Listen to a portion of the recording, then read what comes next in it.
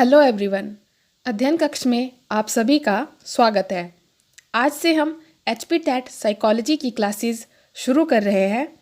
यह इसकी पहली क्लास है जिसमें आज हम ग्रोथ एंड डेवलपमेंट यानी वृद्धि एवं विकास के बारे में पढ़ेंगे और वीडियो के अंत में हम इससे संबंधित कुछ क्वेश्चंस भी सॉल्व करेंगे। इससे पहले कि हम अपने टॉपिक की ओर बढ़ें, हम जान लेते हैं कि साइकोलॉजी क्या है। साइकोलॉजी शब्द दो शब्दों साइकी प्लस लोगस से मिलकर बना है। साइकी का अर्थ होता है सोल और लोगस का मतलब होता है स्टडी या साइंस। तो हम कह सकते हैं कि साइकोलॉजी का शाब्दिक अर्थ है साइंस ऑफ सोल या स्टडी ऑफ सोल। इस थ्योरी को बाद में रिजेक्ट कर दिया गया क्योंकि सोल के नेचर को डेफिनेट टर्म्स में डिफाइन नहीं किया जा सका। इसके बाद बहुत सी थ्योरीज आई और साइकोलॉजी की नई डेफिनेशंस इवॉल्व हुई। स्टडी ऑफ सोल के बाद इसे स्टडी ऑफ माइंड कहा गया, लेकिन कुछ समय बाद इस थ्योरी को भी नकार दिया गया। बाद में इसे साइंस ऑफ कॉन्शियसनेस के रूप में डिफाइन किया गया, लेकिन कॉन्शियसनेस इंडिविजुअल की पर्सनैलिटी का बहुत छोटा हिस्सा होने के कारण इसे भी रिजेक्ट कर दिया गया।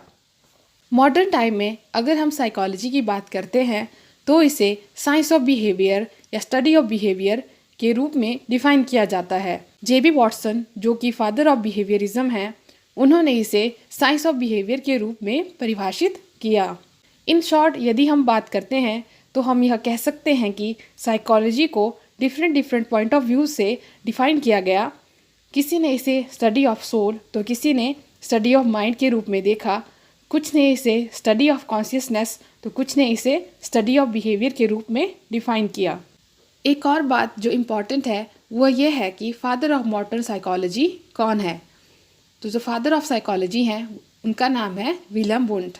तो चलिए अब हम अपने टॉपिक की ओर चलते हैं जो है ग्रोथ एंड डेवलपमेंट अर्थात वृद्धि एवं विकास। सबसे पहले हम ग्रोथ की बात करते हैं और समझते हैं कि ग्रोथ यानी वृद्धि क्या होती है। वृद्धि विकास का एक हिस्सा है। यह फिजिकल एस्पेक्ट से जुड़ी होती है। जब हम ग्रोथ की बात करते हैं तो इसमें वह सारे स्ट्रक्चरल चेंजेस या फिजिकल चेंजेस शामिल है जो किसी एक इंडिविजुअल में आते हैं। जैसे कि हमारी हाइट बढ़ती है, यह ग्रोथ का एक उदाहरण है। ग्रोथ क्वांटिटेटिव होती है। क्वांटिटेटिव से हमारा मतलब है कि इसे हम नंबर की फॉर्म में रिप्रेजेंट कर सकते हैं। तो ऐसे कोई भी बदलाव जिन्हें हम किसी क्वांटिटी में मेज़र कर सकते हैं उसे हम ग्रोथ कहेंगे। उदाहरण के लिए हमारी हाइट और वेट, इन्हें हम माप सकते हैं और नंबर्स की फॉर्म में लिख सकते हैं। अब एक और इम्पॉर्टेंट बात जो ग्रोथ के बारे में जानना ज़रूरी है वो यह है कि ग्रोथ निरंतर नहीं चलती रहती। यह एक सर्टेन पीरियड ऑफ लाइफ पर आकर रुक जाती है। फॉर एग्ज़ाम्पल हमारी हाइट, जब हम 1920 क्रॉस कर लेते हैं तो हमारी हाइट बढ़ना बंद हो जाता है। अब नेक्स्ट हम आ जाते हैं डेवलपमेंट पर और समझते हैं कि डेवलपमेंट क्या होती है। डेवलपमेंट में वह सारे चेंजेस शामिल हैं जो एक इंडिविजुअल में कॉन्सेप्शन से डेथ के बीच में आते हैं।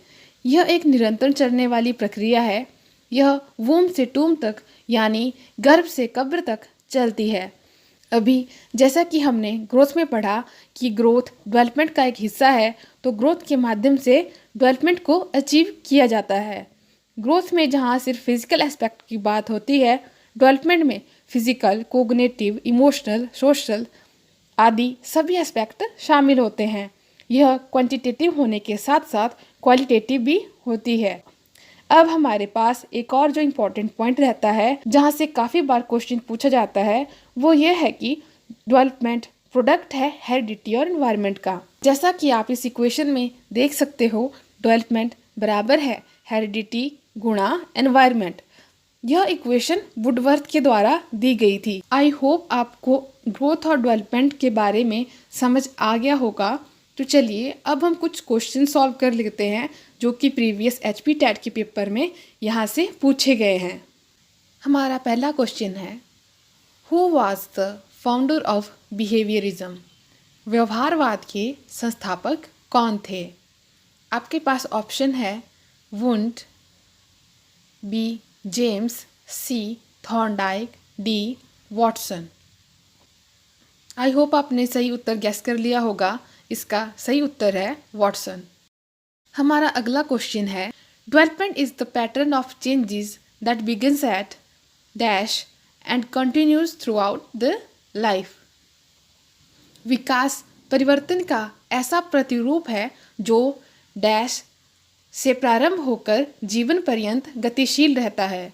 आपके पास ऑप्शन है कॉन्सेप्शन यानी गर्भाधान, बी बर्थ यानी जन्म, सी इन्फेंसी यानी शैशवावस्था, डी चाइल्डहुड यानी बाल्यावस्था। इसका सही आंसर है कॉन्सेप्शन। कॉन्सेप्शन यानी गर्भाधान। हमारा अगला क्वेश्चन है, psyche means dash and logos means knowledge. आपके पास ऑप्शन है A mind, B soul, C consciousness, D behaviour. I hope सभी ने इसका सही उत्तर गैस किया होगा। इसका उत्तर है ऑप्शन बी सोल। अब हमारा नेक्स्ट क्वेश्चन है, who is father of modern psychology.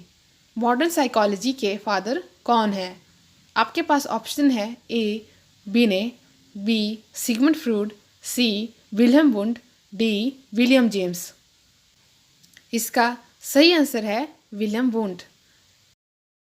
एक और इम्पॉर्टेंट बात जो विलियम वुड के बारे में जानना ज़रूरी है वो ये है कि इन्होंने सबसे पहली साइकोलॉजी की laboratory university of Leipzig Germany में एस्टेब्लिश की थी। इसके बाद अब हम चलते हैं हमारे आखिरी क्वेश्चन की ओर। ये आज का हमारा लास्ट क्वेश्चन रहेगा।